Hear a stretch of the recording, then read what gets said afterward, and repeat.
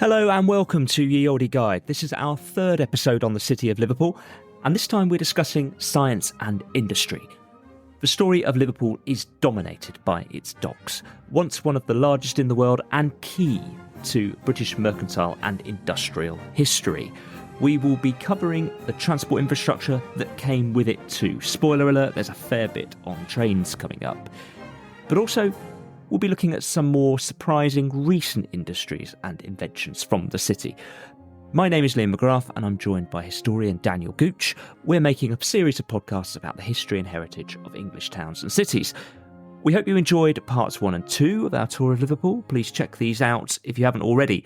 Part 1 includes a handy general historical overview. Before we start part 3, a reminder to send us any thoughts you have on this episode or any other via our website, yeoldeguide.com, or via X, formerly Twitter, at yeoldeguide. We love to hear from you, and we're hoping to do a roundup of all your comments in the final part of this series of episodes on Liverpool.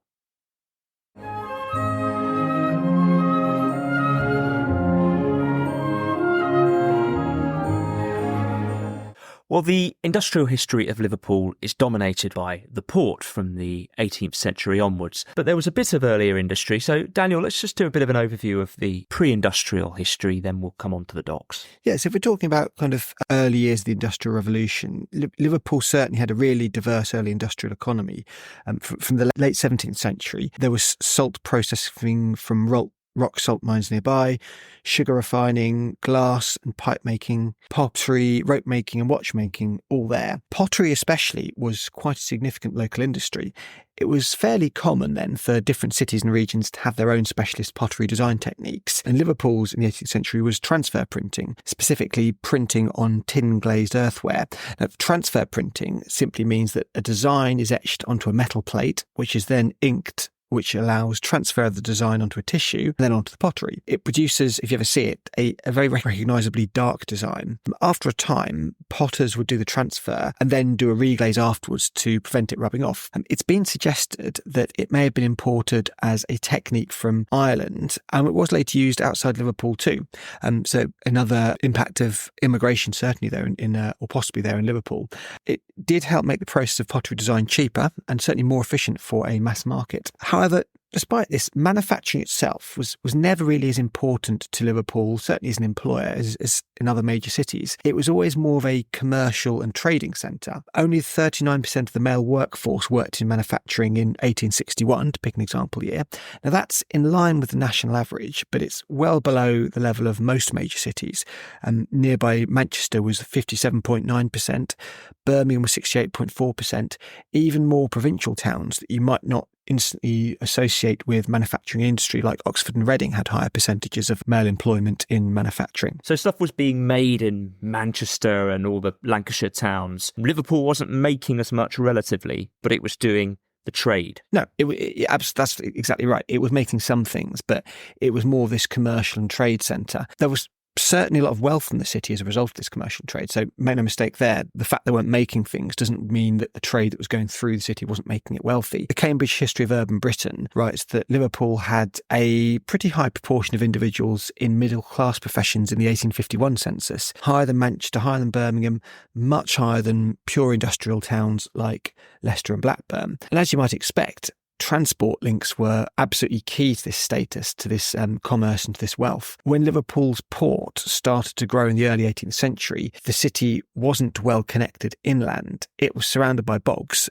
but the construction of turnpike roads, navigable rivers and canals followed, which linked Liverpool with the surrounding northern manufacturing centres where stuff was made. The Leeds and Liverpool Canal seems to have been still transporting coal up to the late part of the 20th century with a new link, the Liverpool Canal Link, added in 2009, linking the canal down the docks through the city almost up to the Albert Dock. After these turnpike roads and rivers, there followed, of course, the Liverpool to Manchester Railway. Hugely noteworthy because it provided the first proper passenger railway service in the world. This led to a kind of interdependence and important relationship between these two great northern cities, Liverpool and Manchester. They were quite distinct in their character. Manchester was predominantly Protestant, Liverpool predominantly Catholic. One was a manufacturing city, the other a port city, but economically quite dependent on each other.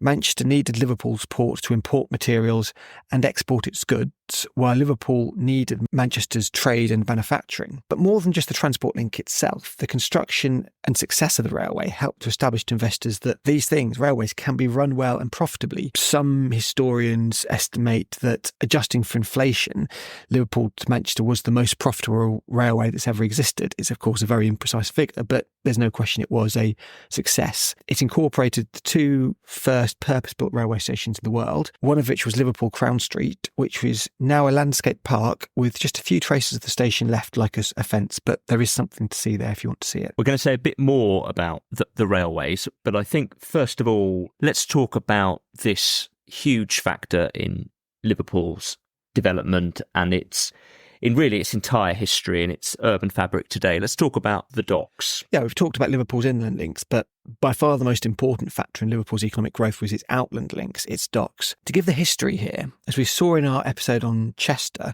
Chester was for centuries the main port in the northwest of England, but its river became silted up in the late 17th century, which helped give Liverpool some prominence. There was no chance of the Mersey silting up, and Liverpool's location on the west coast meant it was generally safe from conflict during wars against continental enemies, unlike, for example, Southampton, which, as we saw in our recent episode, was vulnerable to continental attack. Plus, Liverpool had a large harbour, which large boats could enter. Nicholas Pevsner, who we mentioned a lot in this podcast, famous architectural historian, he notes that the first commercial enclosed wet dock in the world opened in Liverpool in 1715. This was quite far inland compared with the current dockside. It's subsequently been partly covered over, and now an area of Paradise Street sits over it. There were 4 more wet docks built by the end of the 18th century, and the commercial growth here really was staggering. In 1792, a sixth of all English port trade went through Liverpool, which was 4 times the proportion from just 70 years earlier. The historian Pat Hudson says that in the early 19th century, the value of Liverpool's foreign trade was greater than even London's for a time, so it really was colossal. Liverpool had an important role in Irish and coastal British trade around the British coast, but it became especially important when trade began increasing with the British Empire.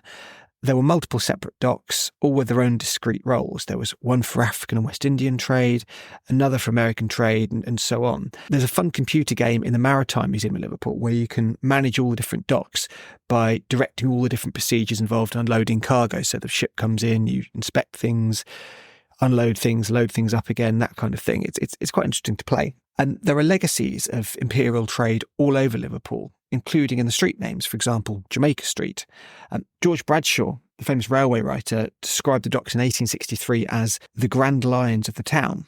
There's a scale model of the docks. There was one displayed at the Great Exhibition in 1851. They really were vast. You can only really get an impression by looking at maps or photos.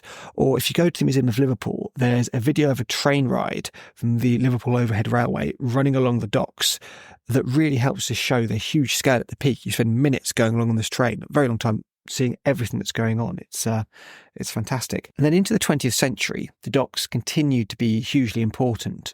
The First World War temporarily helped its fortunes because, once again, it was sheltered from conflict on the west coast, unlike London, the southeast, which was closer to Europe. Unfortunately, that didn't last. One modern history of Liverpool reports that activity in the docks by some measures halved between 1920 and 1932, and this had the knock-on effect of unemployment in Liverpool hitting 28% by 1932, which was, I think, 6 percentage points above the national average, even at the time of high unemployment nationally. This long-term downfall, it was partly due to containerisation. Liverpool's small docks weren't able to cope with the large containers used. A new container port was built later to the north, but it's never had anything quite like the same proportion of trade as previously, and it's been overtaken by massive container ports like Felixstowe. But the loss of trade was also due to an important external factor, the loss of imperial trade during the 20th century, particularly after the Second World War.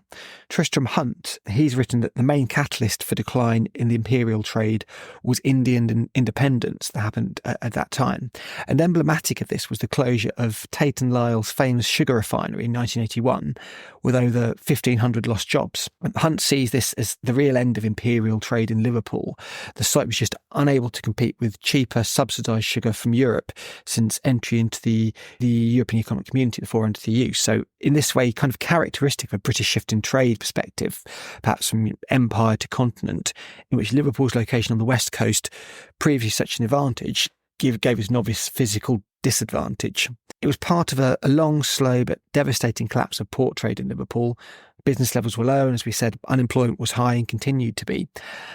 Liverpool, I suppose it's probably safe, struggled to adapt after this.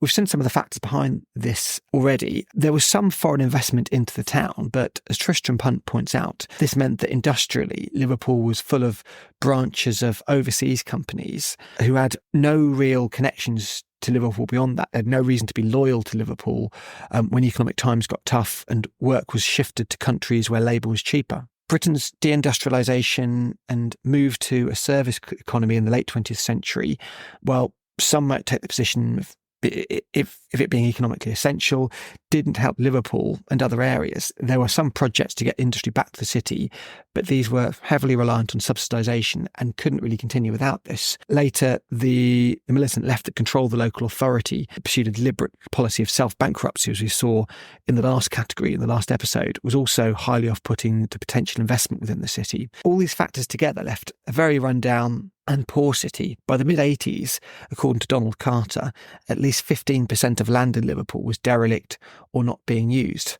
Central government established the Merseyside Development Corporation, which invested in regeneration, most famously restoration of the Albert Dock, which is today one of Liverpool's main tourist attractions. So there has been redevelopment, better times perhaps in Liverpool more recently. We will talk about that a bit more later, perhaps a bit more in urban landscape. But it's a fascinating past, all completely wrapped up with the fortunes of the docks. That's right. And it just goes to show how these major economic factors can have such an impact on the city, whether that's in its growth in the first place and this decline and driven by technology. Because, of course, Liverpool still has a massive container docks, and I believe it's the fourth largest container port in Britain. But the problem with containerisation is it employs far fewer people, and it's outside of the city. And, you mentioned Felixstowe's a bigger container port. Felixstowe's also a very sleepy small town, hasn't got that many people in it. Yep. So it took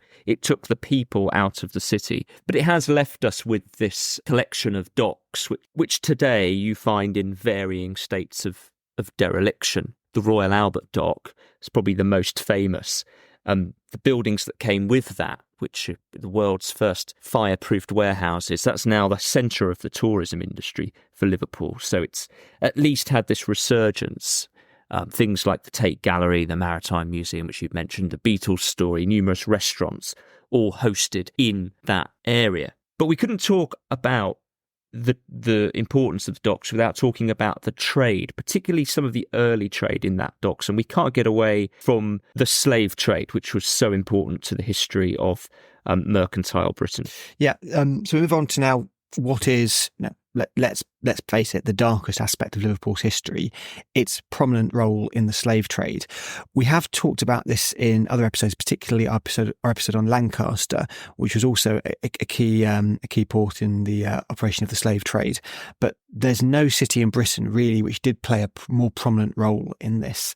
Jeremy Paxman, in his history of how the empire impacted Britain, wrote, "Liverpool was the slave city." This came about because, again, of Liverpool's port, which was the most important European port for the slave trade by 1740. Paxman says that at the height of the slave trade, more than half of slaves that were transported in English ships went in ships that had come from Liverpool. Now, this operated as a triangle trade importing tobacco and sugar from North America, exporting goods manufactured inland in Britain to West Africa, where slaves were picked up and then transported to North America, and it continued in this triangular loop, essentially. What this meant was that Liverpool was, to a great extent, sheltered from seeing the truth about its wealth. The transportation of the slaves from Africa made up a leg of this triangle, which was unseen in the city, going from Africa to North America. And it meant that the horrific realities of the slave trade, you might say, were to a great extent unseen, if certainly not unknowable, in the city, but it was still able to grow rich and rebuild itself from this wealth. Sharples quotes one local vicar from 1797. Now, if you excuse the dated language here, throughout this large built town, every brick is cemented to its fellow brick by the blood and sweat of Negroes. And as well as buildings, other remnants today include streets named after people who profited from the slave trade. So there is still this physical legacy in Liverpool today. Now, the slave trade was abolished in 1807, and one important early abolitionist was a Liverpool man and MP for the city, William Roscoe. He spoke publicly against the trade. He wrote a poem called The Wrongs of Africa in the 1780s. After abolition of the slave trade, Liverpool adapted to other, less barbaric forms of trade. Partly it's been argued because the specific international trading networks and credit links with London that the triangle trade had built up had basically allowed Liverpool merchants to accrue these links and diversify their portfolio of trade. More docks continued to be built, and the trade in Liverpool continued to rise considerably even after the abolition of slavery, of the slave trade, I should say. Today you can visit the International Slavery Museum in Liverpool. It's been there since 2007. It's on the top floor of the Maritime Museum. So there is this sense in which you can get a picture in Liverpool of its dark past, but there's no getting away from it. Liverpool was, as Paxman said, the slave city. And that is a feature, unfortunately, that we did cover in Lancaster, and I'm sure we'll come back to on some other episodes. And we mentioned it in Bristol when we did our museums episode. And related to the docks, I suppose you mentioned the railways. So let's come back to the railways. You mentioned the Manchester-Liverpool, which was the first major. I think the Stockton to Darlington often claims to be the absolute first, but I think most people agree it would say Manchester-Liverpool. And as you say, terminated at Edge Hill, but that proved to be an inadequate terminus pretty quickly. Edge Hill is just outside the city centre, just on the edge of the city centre, really. So the Liverpool-Manchester Rail was pretty swiftly carved through the rocks to the present terminus at Lime Street, which is what we see today. And that is really the world's first grand terminus station, a large arched cast iron roof span, and would have been the largest in the world at the time. Never seen anything like it. You also mentioned the Liverpool Overhead Railway, and this was running along the docks. It opened in 1893. So you can imagine Liverpool docks, all this trade, all the carriages moving up and down, and the solution to traffic congestion was an overhead railway, which had many firsts. The first electric elevated railway in the world, the first automatic signalling, the first colour signalling, and really there's nothing like it left. Well, it's gone. It was demolished in the 1950s after it sustained wear and tear and damage, and the decline of the dock meant that there wasn't really the justification to fund repairing it. But there's really nothing like it left in the UK. I think if you want a feel for what it's like, you need to go to Chicago or some of the branches of the New York subway when it becomes elevated in the suburbs of Queens and Brooklyn. There's nothing like it, but there is a remnant left in the Liverpool Museum, which you talked about in our museums episode. Yes, if you go to the Museum of Liverpool, there is a small recreation of the entrance to a station with one of the old overhead railway train carriages at the top. So it's essentially over 2 floors. On the ground floor of the museum, you have what seems to be the entrance to the station with, I think, stairs going up. And then you go up to the first floor of the museum, and then you have the carriage there and a small exhibition about it. I was thinking of Chicago exactly the same, actually. When you go to Chicago, you have all these railway lines going above you, stairs you climb up, and you get a sense of exactly that feeling when you go to the Museum of Liverpool and see this great thing above you. Worth visiting. Sort of rickety wooden platforms. Yep. Yeah, it's a shame it's gone, and apparently it became a tourist attraction. So it wasn't designed to be, but it became one because you had this incredible vantage of all the docks and the buildings of Liverpool. Liverpool's got quite a big railway history. So, unsurprisingly, with the size of the city and its wealth, it had a number of terminal stations. When the National Rail Network was rationalised in the 1960s, most of these closed, leaving only Lime Street. But in the 1970s, Merseyrail was developed, which basically joined up some of the old tunnels with some new tunnels around the centre of Liverpool. And what's left is a metro system, quite a unique one, certainly unique in Britain, that runs in a loop around the city centre. And fun fact for you, Liverpool Central Underground Station is the busiest underground station in the country outside London. So there you go. Yeah, when you get the old quiz question, which are the, how many it is, cities in England or Britain which have underground railway systems, Liverpool tends to be the one that's forgotten, isn't it? You remember London, and then you struggle to Newcastle and Glasgow. Liverpool does tend to be forgotten, but yeah, definitely. People forget Liverpool. Yeah, it's definitely. And it just has a preponderance of tunnels. You've got the Mersey tunnels as well, worth mentioning. You've got 3 tunnels under the Mersey. You've got a rail tunnel and 2 road tunnels. The rail tunnel is very old, opened in 1886 as part of the Mersey Railway, which was the first underground railway outside London. This fact surprised me because I thought Budapest Metro and Glasgow Subway were older, but no, this is just like a year older. I suppose it's not an underground system as such, it's a tunnel. The first road tunnel under the Mersey, the Queensway Tunnel, opened in 1936, and at 2 miles long, it's still the longest road tunnel in the UK. I think at the time of its construction, it would have been the longest in the world, and I think for a long time it was the longest underwater tunnel, I think until the 50s. So something the city was really proud of. Its ventilation shafts you still see today, they're landmarks, as are the entrances, and the tunnel has been used for filming, one of the Harry Potters, Fast and Furious 6, and Yesterday. A second tunnel was built in 1971, the Kingsway Tunnel, and that's more of a modern motorway style tunnel. So there's all these tunnels under Liverpool, including quite a few abandoned tunnels as well. There's a couple of really substantial railway tunnels which are just out of use now. The Wapping Tunnel and the Waterloo Victoria tunnels, both over 2 kilometres long. And then there's a collection of odd tunnels called the mysterious Williamson tunnels. I don't know if you had a chance to visit, but these were created between 1810 and 1840 by Joseph Williamson, local philanthropist. And the motives for building these tunnels are uncertain, but it's possibly to create employment for people or possibly for some kind of quarrying operation. It's not clear, but there's guided tours today. So Liverpool really is a city of fun transport facts. First elevated railway, first automatic signalling, largest terminal station when it was built, longest road tunnel when it was built, busiest underground station outside London. Great city for transport nerds. On the secret tunnels, I don't think we mentioned this, but there supposedly was a secret tunnel running from the castle down to the river. We mentioned the castle in the previous episode, yeah. From I think it runs along It ran along the length of what is now James Street. But yeah, one of many, you're absolutely right. Could do a whole episode on the tunnels underneath Liverpool. But we won't. Let's go on to modern industry. We've talked about the docks. What would you like to highlight in terms of the industries of modern Liverpool? One thing that might be familiar to lots of people is the football pools, because Liverpool was the home of the football pools. Did you ever do the football pools, Liam? Or I suppose we're probably a bit too young. No, I remember it being prominent. Yeah. Do people still do it? I remember it being a thing, Saturday afternoons, football pools, didn't really understand what was going on. No, I never understood that either. Every grown-up in my life, every grandparent, great-grandparent, parent did it. They'd sit there watching the scores come in and with that man on the TV saying things I didn't quite understand and getting upset about draws or wins for random teams.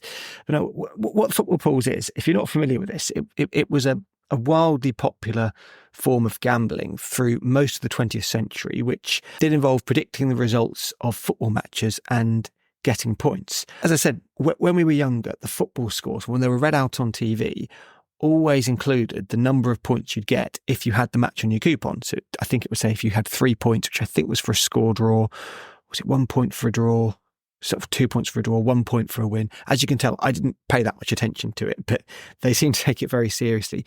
Plus, the other funny thing about it, do you remember the pools panel? I don't remember that. Well, if you had a match that was postponed or abandoned, then due to a fixture pile-up, I think at some point in the 70s to a bad winter, they decided we can't keep waiting for replays. They had a pools panel, like a panel of experts who would just decide what the score would have been. So if you'd say match postponed, pools panel, the judges, home win. So that's remarkable. Yeah, it sounds like a good job getting on the pools panel.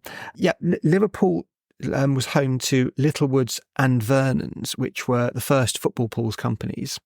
John Moores founded Littlewoods in Liverpool, another retail name that we'll probably know of from my youth, not around anymore. And one of Liverpool's universities is named after John Moores. It is. He was one of the first people to set up a football pools as well as establishing Littlewoods. He first sold coupons outside Old Trafford, Manchester United's ground. And related to that point is the fact that two pretty famous names in British shopping originated from Liverpool in the 1920s, Littlewoods and T.J. Hughes. So Littlewoods, that department shop with the Manky Cafe I used to go in when I was younger occasionally. They're not around anymore, so they can't sue me for calling it Manky. T.J. Hughes... Undercooked mushrooms. That's what I Manky, okay. Breakfast. T.J. Hughes was the other one. I think that's still going. It's not to be confused with the American company T.J. Maxx, who had to change their name to T.K. Maxx when they came to UK to avoid confusion with T.J. Hughes. So a couple of famous stores. And of course, Liverpool today is one of the biggest retail centres in the country, particularly since the Liverpool One development was completed. And this is the science and industry section. I suppose we should say as well that we spoke about the docks, all the industries that came with the docks. The banking sector brought huge wealth to the city, and we're going to talk about some of the buildings that came with banking, finance, and the docks in the next episode on urban landscape. Let's talk about science. Liverpool, you've mentioned Liverpool John Moores University. Yep. Liverpool, there's also the University of Liverpool. It's a big student city. And has there been any major scientific output from Liverpool we should know about? Yeah, there has. I mean, we only have time for a brief overview here, unlike other cities where we might go into real depth about some of these. But just as an overview, the University of Liverpool has 10 Nobel laureates, Nobel Prize winners among its alumni, including a name you'll know, Charles Scott Sherrington, who went to our school in Ipswich and played for Ipswich Town in its early days. So I had to get a mention of him in. And he was also a professor at the University of Liverpool from 1895 to 1913. He won the Nobel Prize for his work on neuroscience. He came up with the word synapse to describe the connection that allows signals to be passed between two neurons. Also at the university, Sir Oliver Lodge, a professor there, made the first public radio transmission in 1894 and the first surgical X-ray in the UK in 1896. So yeah, although we've focused more on the industry here just because that's where the interest clearly is for Liverpool, there is that scientific legacy, no question, from its university. That's very interesting. I think now let's conclude our thoughts on Liverpool's contribution to industry and science and how it's celebrated in the city. How do you feel? We haven't talked so much about the way these things are presented. We've mentioned the museums, but we haven't really analysed them. I suppose the main museums covering science and industry are probably, as well as the Museum of Liverpool, the Maritime Museum and the International Slavery Museum, which sits within it. First of all, it's really great that you can still visit these for free. And also, these are really important topics to be covered, both in their own ways. I didn't feel they were absolutely perfect. On the International Slavery Museum, it does feel like this is a really big and really, really important topic that probably deserves a bit more space in its own right if this is the international museum of this topic. It did feel a bit like the museum was perhaps trying to cover quite a lot and was a bit maybe superficial on everything. It feels like this needs maybe its own proper museum, a bit of a rethink from the ground up. And I felt similarly about some aspects of the Maritime Museum. The section covering, for example, the sinking of the Titanic was far less effective at telling a story than Sea City in Southampton, which really framed it as Southampton's tragedy. But this has been recognised. There is a very big project in place, I think, to revamp both these museums at a cost of £58 million. It's huge investment. So I think that's take my criticism with a pinch of salt there. In a few years, we could be looking at much improved attractions, even better than they are at the moment. More generally, I think, to be the most major port in the country for a time, crucial to so much of the industry around it and the manufacturing around it. Incredible. I think it's going to be a very high score. I think it's going to be an 8.5. Fantastic score. I mean, I agree with you. There is so much history in the docks, and it's shaped so much of what we talk about in Liverpool. So when we did the culture part last week, we spoke about music and the influence of the Cunard Yanks and the musical instruments and records that came over from America. We spoke about the culturalism as a result of it being a port city. So that industry has left its mark in the culture of the city. It's left its mark enormously in the buildings. I'm going to talk about that next time in the urban landscape section. But the entire layout of the city, the string of docks that you have along the waterfront, at various stages of regeneration and dereliction, but nevertheless fascinating. And they were a core part of the UNESCO World Heritage Site. I think you're right to make your critiques of the Maritime Museum, but it's still an excellent museum. I mean, it's still, the setting of it's fantastic. It's sitting only yards away from the Museum of Liverpool. I absolutely love the history of the docks and the transport. There's not many cities in the UK where the transport's really good fun. This sounds like a real point of nerdery, but if you just love riding different forms of transport, go to Liverpool. Merseyrail, ferry across the Mersey, made famous by Jerry and the Pacemakers. I think they play that song as the boat departs. It's a shame the Liverpool Overhead Railway isn't left, but it's a fascinating history that is covered in the museum. So I think it's absolutely brilliant. My score will be 8. 8 for you, 8.5 for me. That's 16.5 out of 20 for science and industry. That continues the run of excellent scores for Liverpool. Thanks for listening. Please get in touch with any suggestions, additions or thoughts on this episode or any other via our website, yeoldeguide.com, or you can contact us on X, formerly Twitter. Our handle is @YeOldeGuide. Coming up next is the fourth part of our historical tour of Liverpool, urban landscape. And this will cover the grand variety of buildings we see in Liverpool, including its Georgian and Victorian civic architecture, the Three Graces and the mighty cathedrals. We hope you can join us.